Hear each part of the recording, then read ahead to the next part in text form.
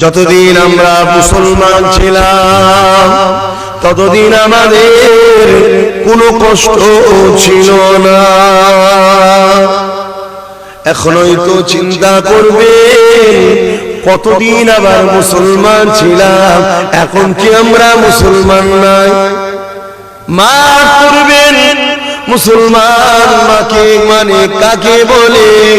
মুসলমান মানে হলো কে যে শান্তি পাবার জন্য নিজেকে আল্লাহর উপরে সুপে দেয়, আল্লাহ যেভাবে চালায় ওইভাবে চলে, নিজের কোনো ইচ্ছা থাকে না, নিজের কোনো কথা থাকে না, নিজের কোনো অধিকার থাকে না।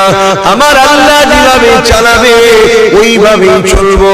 এইভাবে যে নিজেকে আল্লাহর উপরে সুপে দেয় তাকে বলা হয় মুসলমান। আপনাকে চেঞ্জ হতে হবে, আমার কথাকে চেঞ্জ করা সম্ভব নয়। কেন? মুখ আমার, কথা তো আমার নয়, কথাটা তো শরিয়তের। শরিয়তকে চেঞ্জ করা সম্ভব? আপনারা কি চীনের প্রেসিডেন্টের মতো হবার শখ দিচ্ছে কারো যে আমরা কোরআনকে চেঞ্জ করব?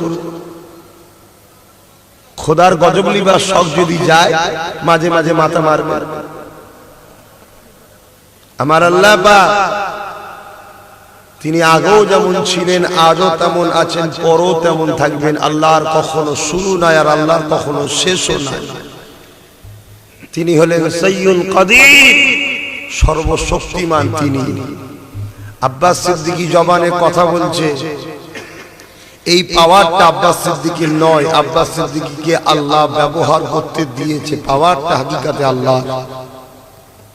আমি যে হাত লড়াচ্ছি, হাত লড়াবার ক্ষমতাটা আব্বাস সিদ্দিকীর নয়, আব্বাস সিদ্দিকীকে আল্লাহ ব্যবহার করতে দিয়েছে। হাকিকাতে ক্ষমতা হলো তার। সবকিছু যা কিছু আছে সবকিছু একমাত্র আল্লাহ। লিল্লাহি মা ফিস সামাওয়াতি ওয়া মা ফিল আরদ। জমিন আসমানের একমাত্র মালিক স্রষ্টা আল্লাহ। সেই আল্লাহ পাক তার কথা, তার হাবিবের কথা, তার শরীয়তের কথা, তার ইসলামের কথা কখনো চেঞ্জ করা সম্ভব নয়। মোদী সরকার আমার আল্লাহর ইসলামের উপরে আঘাত দিয়েছে, আপনি কি ভাবছেন একে আল্লাহ ছেড়ে দেবে? ভাবছেন নাকি আপনারা? আপনারা হাড়ে হাড়ে দেখবেন এর কি অবস্থাটা হয়। চীনে যেমন হচ্ছে তারা একটু ওয়েট করেন। শয়তান যখন বাড়ে আমার আল্লাহ পাক তাকে প্রথম চটকাই ফেলে দেয় না। আর কত উঠতে পারিস দেখি, লেটাই তো আমার হাতে, চল ওঠ। যখন খুব উপরে উঠে যায় না ঘুড়ি, দেখবেন বিরাট মাথা লাড়ে, মনে করে কিছু হয়ে গেছে। তখন নিচেই যে থাকে সে বুঝতে পেরে যে এবার মাথা গরম হচ্ছে, গুটোতে হয়, ঠিক না? গুটোই না। যখন খুব লাফালাফি করে আমার আল্লাহ বলে এবার গুটো, তোর পানি পড়ে গেল, এবার গুটো। ওই তখন গুটো বেদাঁড়া সব দেখতে পাবে। কিন্তু দেরি হচ্ছে কেন জানেন? আমাদের ঘরে একটু সাইজ করছে, আমরা তো ভালো নয়। এখনো যারা এর মধ্যে ভালো আছে দেরি করছে কেন? যদি ওইগুলো ঘরে ফিরে আসে, অর্থাৎ আল্লাহ আল্লাহ রাসূলের দিকে, মসজিদের দিকে, ওলিদের দিকে, আলেমে হাক্কানীদের দিকে ফিরে যদি আসে, সময় দিচ্ছে। যখনই সব ফিরে চলে আসবে, বাকিগুলো এখনো যেগুলো আছে ওইগুলোকে একটু ধুলাই করিয়ে দেবে, দিয়ে তারপরে দেখবেন ঠিক আল্লাহ সাইজ করবে। আল্লাহকে ভালোবাসেন।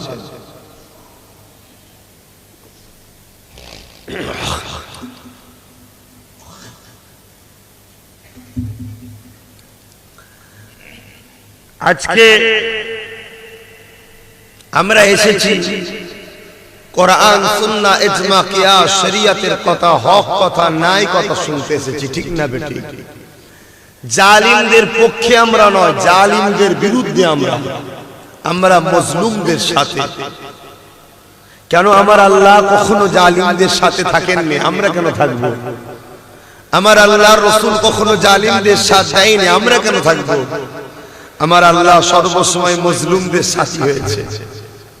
আমার আল্লাহ সর্বসময় মজলুমদের ঘরে হিফাজত করেছে। আমার রাসূল সর্বসময় মুসলিমদের হয়ে লড়েছে, আমার মুজাদ্দিদুজ জামানও মুসলিমদের হয়ে লড়েছে, জালিমদের বিরুদ্ধে আন্দোলন করেছে। তাহলে আজ আমরা যদি দাদা হুজুরের হই, রাসূলের হই, আল্লাহর হই, তাহলে আমাদের চলার স্টাইলটা কি শয়তানের দিকে থাকবে, জালিমদের দিকে থাকবে, না মুসলিমের দিকে? মুসলিমের দিকে থাকা দরকার। আর মুসলিমদের দোয়া কখনো মিস হয় না। সালাসুন দাওয়াতুন লা শাক্কা ফি, কোনো সন্দেহ নেই তিন ব্যক্তির দোয়া, তার মধ্যে একটা দাওয়াতুল মাজলুম, যাদের উপরে জুলুম হয়েছে এদের বদদোয়া কখনো মিস যায় না। আর এদেরকে যারা সাহায্য করে, এদের পাশে দাঁড়ায়, তাদের জন্য যে দোয়া করে ওই দোয়াটাও মিস হয় না। তাহলে আমার রাসূল পাক সাল্লাল্লাহু আলাইহি ওয়াসাল্লাম কিভাবে জীবন যাপন করেছেন, কিভাবে তিনি দুনিয়ার মানুষকে ট্রেনিং দিয়েছেন, এটা আমাদের জানা দরকার। আজ বড় দুঃখের বিষয়, পীর দেখে নবী দেখি, পীর দেখে নবী মানি, অথচ উচিত নবীকে সামনে রেখে পীর মানা, নবীকে দেখিয়ে মাপা। মান আহাব্বা সুন্নতি, রাসূলের সুন্নাতকে যে ভালোবাসলো, মান আহাব্বা ওয়ালি নয়, ওলি তখন হবে যে নবীর সুন্নাতকে ভালোবাসে, সে ওলি হয়।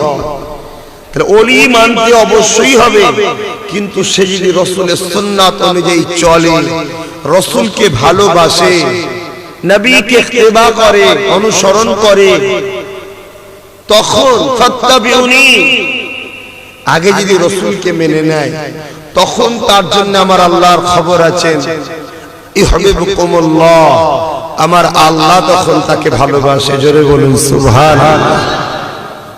আর আল্লাহ যাকে ভালোবাসবে তার জন্য আল্লাহ কিছু খুশির সংবাদও দিয়েছে। ওই সংবাদটা হলো এটাই, ওয়াগফিরু লাকুম যুনুবাকুম আল্লাহু গফুরুর রহিম। তারা যে জুলুম করেছে, অন্যায় করেছে, ভুল করেছে, পাপ করেছে, আমি আল্লাহকে বড় মেহেরবান, বড় দয়ালু পাবে, আমি তাদের জীবনের গুনাহকে মাফ করে দেব। জোরে বলুন সুবহানাল্লাহ। আপনারা কি সারা জীবন বাঁচবেন? 8 বছর, 9 বছর, 10 বছর, 15 বছর গুনাহ হয়েছে, এবার তো তওবা করা দরকার, এবার তো ফিরে আসা দরকার। কিন্তু এখনো যদি শয়তানি করা ঝোঁক যায়, জানতে হবে আলামত ভালো নয়। হালকা বয়সে একটু হয়, কিন্তু ফিরে আসতে হবে। আমার রাসূলকে আল্লাহ মডেল করেছে, সবকিছু উসওয়া নবীকে দেখে করতে হবে। আল্লাহ নবী জীবনী দেখতে হবে। আল্লাহ নবী কিভাবে মানুষের সঙ্গে মিশতেন, আমরা একে অপরে কিভাবে মিশবো, আল্লাহ নবী কিভাবে দেশ চালাতে হবে, কিভাবে শহর চালাতে হবে, কিভাবে গ্রাম চালাতে হবে, কিভাবে জনগণের প্রতিনিধি হতে হবে, টোটাল জিনিসটা আমার রাসূল মানুষ জাতিকে শিক্ষা দিয়েছে। জোরে বলুন সুবহানাল্লাহ। ওর বাইরের কোন শিক্ষায় শান্তি নাই, রাসূল পাক সাল্লাল্লাহু আলাইহি ওয়াসাল্লামের শিক্ষাতেই শান্তি আছে। এমনকি আল্লাহ নবী গায়ের ইসলামের সঙ্গে কিভাবে ব্যবহার করতে হবে ওটাও নবী শিখিয়েছে। ইসলাম কত সুন্দর, ইসলাম সর্বসময় ভালোবাসা দিয়েছে, ইসলাম সর্বসময় অসহায় সাথ দিয়েছে। ইতিহাস গাওয়া দেয়, আল্লাহ নবীর তারিখ বলে দেয়, নবী আমার একদিন রাস্তা দিয়ে যেতেছিল, আল্লাহ নবী দেখতে লাগলেন, এমন সময় একটা মহিলা আল্লাহ নবী দেখতে লেগেছে রাস্তার ধারে ধুলোবালি মাখা অবস্থায় বসে আছে। বয়স্ক মহিলা রাস্তা ধারে ধুলোবালি মাখা অবস্থায় বসে রয়েছে। আল্লাহ নবী ওই মহিলাটার কাছে এগিয়ে গেলেন, ওই মহিলাকে মা সম্বোধন করে ডাক দিলেন, আম্মা আপনি এই জায়গায় ধুলোবালি মাখা অবস্থায় কেন বসে আছেন মা? কি হয়েছে আপনার মা, কেন এখানে বসে আছে? ওই মহিলা মা রাসূলুল্লাহ দিকে চোখ তুলে তাকালে, আল্লাহ নবীকে দেখে বলেছিল, বাবা ছেলে রে, কি সুন্দর তোমাকে দেখতে। আমার রাসূলকে দেখে তো আকাশের চাঁদ লজ্জা পেত যে আমার মধ্যে দাগ আছে, মুহাম্মদ রাসূলের চেহারায় কোনো দাগ নাই। জোরে বলুন সুবহানাল্লাহ।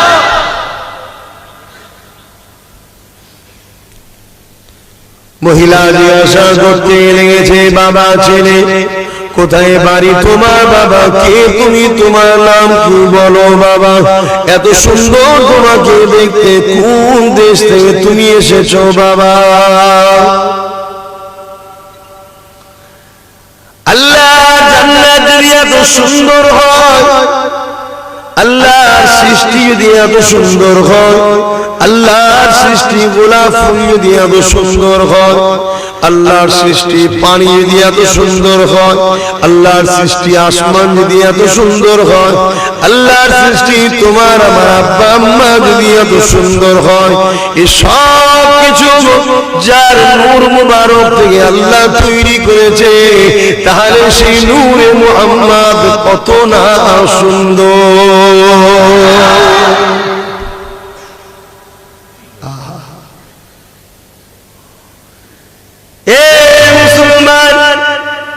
দাবি করলে শুধু হয় না, আমাদের চলনটা বসা কথাবার্তা ওই সুন্দর মহামানবের মতো হবে, আমাদের চাল চলনটা মুস্তাফা জানের রহমতের মতো হবে, আমাদের সংসার জীবনটা মুস্তাফা জানের রহমতের হুকুম অনুযায়ী হবে, আমার ব্যবসায়ী জীবনটা মুস্তাফা জানের রহমতের হুকুম অনুযায়ী হবে, আমার রাজনীতির জীবনটা মুস্তাফা জানের রহমতের হুকুম অনুযায়ী হবে, আমার দুনিয়ায় গায়ের মুসলমানের সঙ্গে আত্মীয়তা মুস্তাফা জানের রহমতের অনুসরণ করে হবে।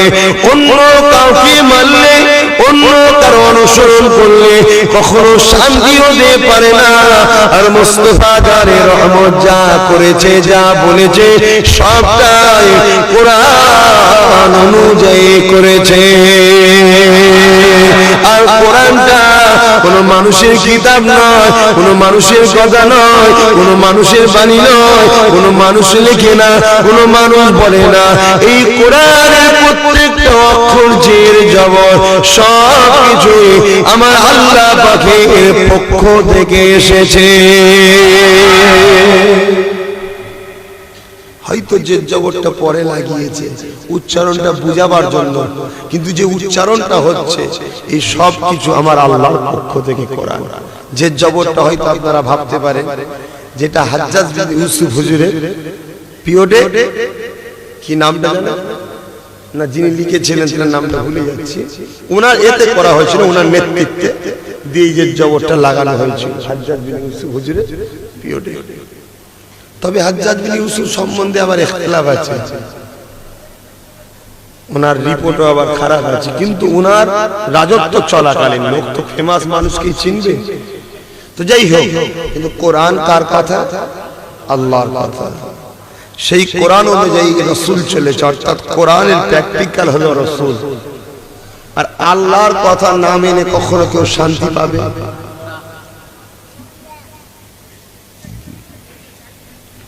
যতদিন আমরা মুসলমান ছিলাম ততদিন আমাদের কোনো কষ্ট ছিল না। এখনই তো চিন্তা করবে কতদিন আবার মুসলমান ছিলাম, এখন কি আমরা মুসলমান নাই? মা করবেন মুসলমান মাকে মানে কাকে বলে? মুসলমান মানে হলো কে যে শান্তি পাবার জন্য নিজেকে আল্লাহর উপরে সুপে দেয়, আল্লাহ যেভাবে চালায় ওইভাবে চলে, নিজের কোনো ইচ্ছা থাকে না, নিজের কোনো কথা থাকে না, নিজের কোনো অধিকার থাকে না, আমার আল্লাহ যেভাবে চালাবে ওইভাবেই চলবো। এইভাবে যে নিজেকে আল্লাহর উপরে সুপে দেয় তাকে বলা হয় মুসলমান। যতদিন আমরা মুসলমান ছিলাম, ভাবেন আল্লাহ আবার কি নতুন কথা বলছে, কতদিন আমরা মুসলমান ছিলাম, যতদিন আমরা নিজেকে আল্লাহর উপরে সুপে রেখেছিলাম ততদিন মুসলমান ছিলাম। আজ যদি কেউ আপনারা আল্লাহকে নিজেকে আল্লাহর উপরে সুপে থাকেন তাহলে অবশ্যই মুসলমান আছেন। বুঝতে পারছেন তো নাকি? যেদিন নিজেকে সুখে থাকেন তো মুসলমান আছে, আর না সুখে থাকলে নামে মুসলমান, হাকিকাতে মুসলমান না। কিন্তু যতদিন আমরা নিজেকে আল্লাহর উপরে সুখে ছিলাম ততদিন আমাদের শান্তি ছিল। এই যে বাচ্চা গুলোকে দেখেন, এরা শান্তিতে আছে না কষ্টে আছে? মায়ের খাওয়া না হলো বাচ্চাকে খায়, মায়ের ঘুম না হলো বাচ্চাকে ঘুমাতে দেয়, মায়ের জ্বর বিমার যাই হোক কতটা না ওষুধ খায়, বাচ্চার পিছনে আগে ট্রিটমেন্ট করে। কেন বলেন তো? এরা এখন পাক্কা মুসলমান, এরা নিজেকে নিজের ইচ্ছায় চালায় না, এদের কোনো শখ সাধ নাই, এদের কোনো নিজের ইচ্ছা নাই, এরা দুনিয়া বোঝে না, এরা নিজেকে আল্লাহর উপরে সুখে রেখেছে। আমার আল্লাহ এদেরকে নিজের দায়িত্বে চালাচ্ছে। বুঝাতে পারলাম তো নাকি? না আবার মায়ের পেটে যতদিন ছিলাম কোনো টেনশন ছিল? কেন? তখন আমরা নিজেদের কোনো কিছু ছিল না, যে আমি ইনকাম করবো, আমি খাবো, আমি বড় হবো, আমি এই করবো, আমি ছিল না। তখন আল্লাহ তুমি যা করবে, উপায় তো নেই, কোনো সমস্যা নেই। তার জন্য দেখুন আল্লাহ দুনিয়ায় আসার আগে খাবারের ব্যবস্থাও করে দিয়েছে মায়ের স্থানে। আবার দেখুন যখনই মানুষ ভাবতে শুরু করেছে কি হবে, তখনই আল্লাহ বলেছে আমার উপরে ভরসা, ভাব ব্যাস আমরা ফেঁসেছি। কি মশা কেন ইখতিলাফ হতে পারে? আর দেখুন দাদা হুজুর পীর কেবলা, তিনি নিজেকে আল্লাহর উপর সুখে দিয়েছিলেন, কোনো টেনশন ছিল না, কোনো সারা জীবন তিনি সুখ শান্তি আরাম আয়েসে চলে গেছে। আমি নিজের চোখে দেখেছি, মেজে হুজুর পীর কেবলা দরবারে বসে আছে, 3 দিন ইসাল সাহেবের লোক গেছে, হুজুর বসে আছে, কদমবসি করছে, হাতে মুসাফা করছে, লোক টাকা দিচ্ছে, অমনি ওখানেই পড়ে যাচ্ছে, কোনো ধান্দা নেই টাকার উপরে, বস্তা বস্তা টাকা, ওনার কোনো ধান্দা নেই, ওনার খেয়ালে আছে আল্লাহ আল্লাহ আল্লাহ। তাদের কোনো টেনশন থাকে?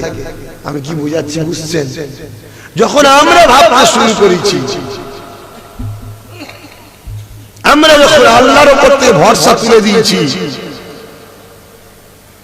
যে এটা না করলে বাঁচা যাবে না, ওটা না করলে খাওয়া যাবে না, এটা না করলে চলবো কি করে, ওটা না করলে চলবো কি করে, সেদিন থেকেই কিন্তু আমাদের জন্য ক্ষতি হয়েছে। যতদিন আমরা ভেবে নিয়েছি আমাদের জন্য আল্লাহ আছে, হাসবুনাল্লাহু ওয়া নি'মাল ওয়াকিল, নি'মাল মাওলা ওয়া নি'মান নাসির, ততদিন আমাদের কোনো টেনশন ছিল না। এখনো যদি আমরা ফিরে আসতে পারি আল্লাহর দিকে, আমাদের কোনো টেনশন নাই। আল্লাহ বড় দয়ালু, বড় মেহেরবান। এখনো সময় আছে, ফিরে আসো আল্লাহ বাগের দিকে।